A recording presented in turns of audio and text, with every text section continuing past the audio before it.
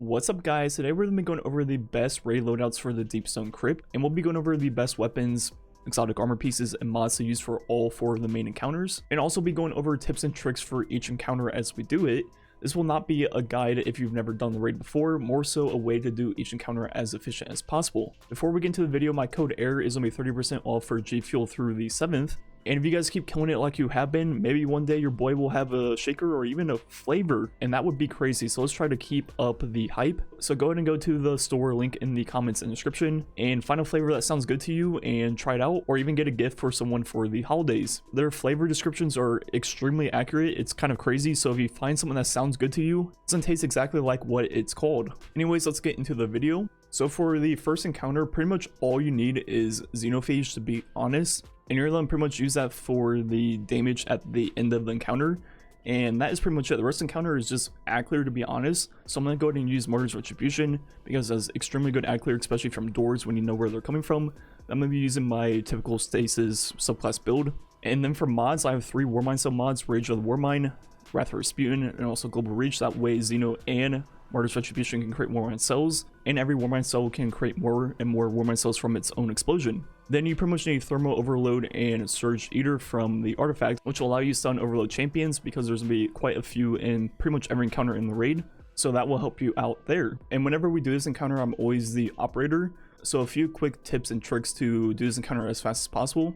Pretty much you want 1 scanner and 1 operator that never changes, and the 2 of you pretty much need to agree on a callout system. And what you do is once the scanner picks up the buff in the dark side of the encounter, they look at the 2 lanes through the glass to see what the callouts are for that side. And when they have those 2 callouts ready, you shoot the door to let them through to the other side, then you go downstairs after they're through. That way the scanner doesn't have to pass the buff to the other side. It's the same person using the scanner for both sides. And by the time I get down there as the operator, the scanner is already looking at the 3rd and 4th callout. So I'm already working on the first 2. Then as I'm done with those 2, he has the next 2 ready on the light side of the room. Then I shoot those 2 and we're already at damage phase. All I have to do is put my operator in the machine to send it up to someone. Anyone can take it, then they put the scanner in there for me down below, and once I pick that up, we are doing damage. You just have to call out which one of the 6 it is to shoot, and we use dark and light, middle, left, right as the callouts. So this encounter is pretty straightforward. I made a full video on how to farm it for the Spoils of Conquest, and overall that is pretty much the gist of how you do this encounter as fast as possible. Then everyone else has used Xenophage for the damage phase, and that is pretty much it. Now for the next encounter, pretty much all you have to switch is your heavy weapon to the Lament, and more or less everyone else will be just the same. I will switch to a Middle Tree Well if I need to in this encounter, because you want a well or bubble for the top and bottom floor. So depending on the team loadout, I might switch to well if needed. Then all the other perks are pretty much the same. And one thing I haven't showed off is if you need help staying alive, you can use double arc resist in this raid, and I'll give you 40% damage reduction versus arc damage, and everything in this raid is pretty much arc. You can also use Charge Harvester and Protective Light. That way when you become red bar, you're pretty much never going to die. And the fastest way to do this encounter is you pretty much have 2 people that are full-time scanners, 1 on the bottom floor and 1 on the top, and they'll never change floors. Then the other 4 people are pretty much floaters that are going to go back and forth for each damage phase. So what you want to do when you start the encounter is you pretty much have 4 people go up top more or less right away after they clear their ads in whatever area they're doing. Then myself as the operator will be the 5th person to go up top. So I have to first find the operator, pick it up, and I have to shoot one of the pods back down because all 4 have already been taken. And once that pod comes down, I obviously take it to the top with them. So at this point there's 5 people up top and 1 below. And as I'm going up top, they're already killing all the servitors. They make sure to keep 1 alive and make sure they have the scanner buff ready. And when I get up there, I say I'm here. Then we kill the last servitor, and that'll start the damage phase. And you want a bubble or well for that damage phase, then also a tether if possible. And pretty much the scanner just says which one it is. You guys get ready next to them, put down the bubble, well, whatever it is, and tether. Then one person calls 3, 2, 1, go, and you do a full combo with laminate each. So that's gonna be 3 light attacks into a heavy attack, and that should take them under half. And this is the only hard part of the encounter. The second you're done with the damage phase, the scanner needs to go put his buff in the machine to send it back to the person on the bottom floor that is by himself. Then the 4 floaters, one of them that is not the operator has to pick up the thing that the boss drops, and we're not going to get rid of it, we're just going to hold on to it. And the second someone picks that up, all 4 of you will go straight to the pods and go back to the bottom floor with the other person. And now when we get there, we're pretty much just reversing the order. Now we're 5-1 split, but bottom and top. And by the time we get there, the bottom person has picked up the scanner from the machine and is already calling out which one it is. So the second we get out of the pods, we can go straight to it. And this is the important part if you're the operator. The second you get out of the pod, you have to look for the person that picked up the debuff from the top boss and shoot it off their head and just leave it there. And you want to do this as you're going towards the boss.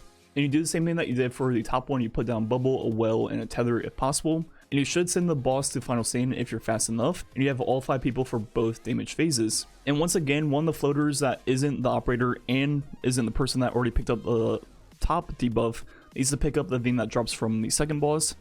And just like before, the second you're done, the scanner puts the yellow buff in the machine to send it back to the top person, and the 4 floaters go back up top for the final sand. So overall, just going over how we do this encounter, one person is like the anchor on the bottom, one person's the anchor on top, and the other 4 people just float back and forth. And make sure to pick up the debuff thing from the bosses, and the operator just constantly shoot them off their head. That way they don't die. It sounds pretty complicated, but once you do it a few times, it is pretty straightforward. And there's a lot of moving parts going on, but if everyone knows what to do, it's pretty good. Then for the third encounter, this one is pretty straightforward. It's just ad clear, there's no boss or anything like that. So I go ahead and use my Vesper Radius build that I uploaded a few days ago. So I'll just quickly mouse over everything I'm using in this build, but you can go watch that video if you want more details about it. And pretty much this is all about ad clear and freezing everything in the room. And that is pretty much all you need for this encounter.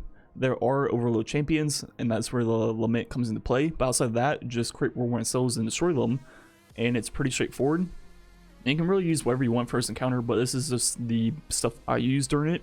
And a few quick tips and tricks for this encounter. It's pretty straightforward. Pretty much if you're not the blue buff guy, you need to be in a position to pick up the bombs. So you generally want 2 people on the left and 2 people on the right. That way, if it's both on left, both on right, you're good to go. And the biggest tip for this encounter is there is no point to pick up the bombs right away. All that's going to do is make your radiation counter go way too high, especially if you're on the close left and close right bomb. Picking that up right away is literally pointless if the blue person doesn't stun the boss in time. So you want to wait like 5 or 6 seconds, wait until the timer's at like 3 or 4 seconds, then pick it up. And that will make it so by the time you get to the spot you need to slam it, it's already ready to go. And your radiation count won't be that high, which will help overall throughout the encounter and allow you to pick up bombs more and more often, and just generally keep your radiation debuff really low. Outside of that, the encounter is just pretty much an ad clear encounter, so just keep making those warm cells and keep the room clear, and that is pretty much all you have to do. Then finally for the boss encounter, for this one, you're going to want 2 special weapons, mostly slugs and snipers. So if you have the heritage from the raid, that will be the best choice in the connect slot. If you have long shadow, that is also a good option.